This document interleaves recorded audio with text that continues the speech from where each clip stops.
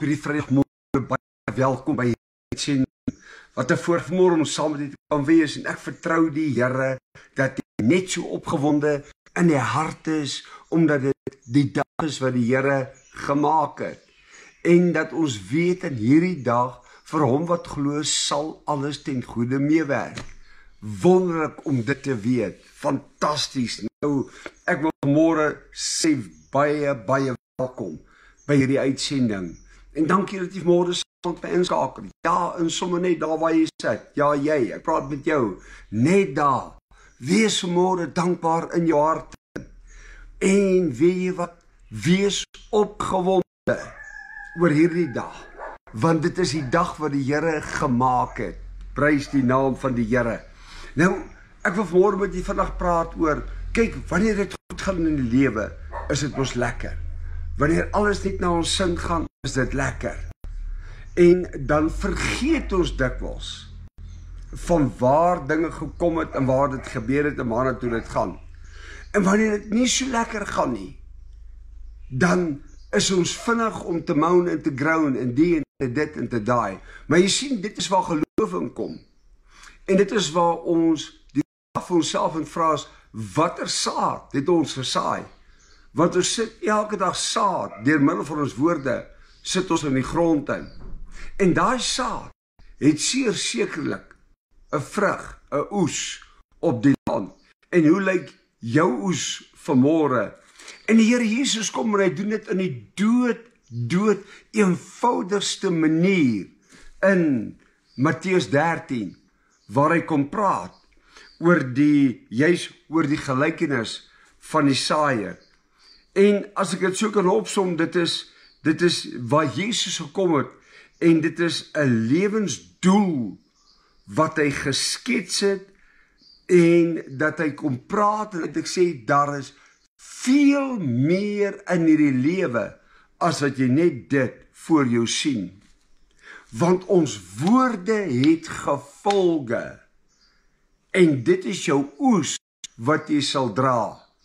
En daarom is dit belangrik om jou woorde versigtig te kies.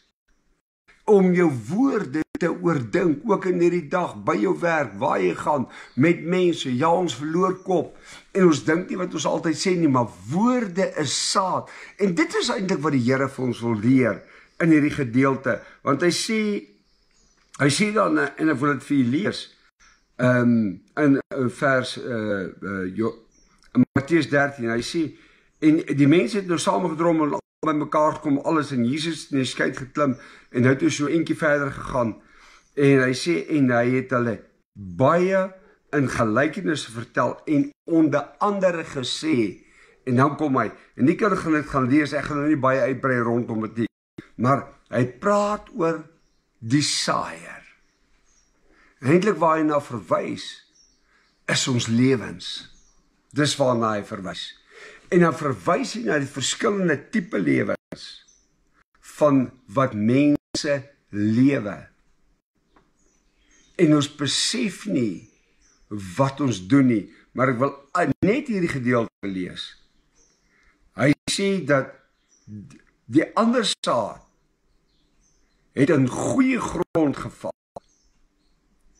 en 'n oes opgelewer, party 100voudig, ander 60voudig en ander 30voudig. Wie ore het, moet luister. Geliefde, in hierdie dag, ons het oor, kom ons luister, kom ons oordink wat ons sê, kom ons deurdink dit wat ons sê. Ons is so vinnig om ons meer te verloor. Ek sê altyd, as jy hom verloor het, gaan tel hom met weer op waar jy hom verloor het. Ons is so vinnig om woorde te sê, maar in hierdie dag, hou vas, en weet jy wat, as jy voel iemand maak jou ongelukkig, maak eerder, zip jou mond, bly eerder stil, moenie saampraat nie, moenie dat negatiewe woorde onwillekeurig by jou mond uitkom nie, want dit het saad, en die saad kom oor 5 jaar of 10 jaar, of oor hoeveel jaar van nou af kom hy op, en hy dra oes, nou vra ons, waarom gebeur dit, en die, en dat, en sis, en so, maar ons besef nie, die woorde wat ons gesê het nie.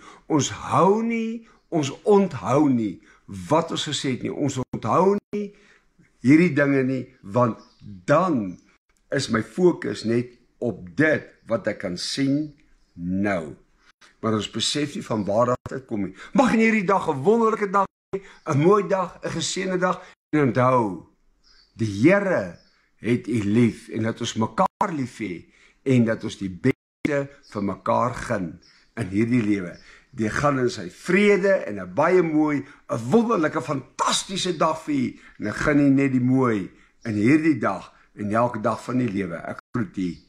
Totsiens.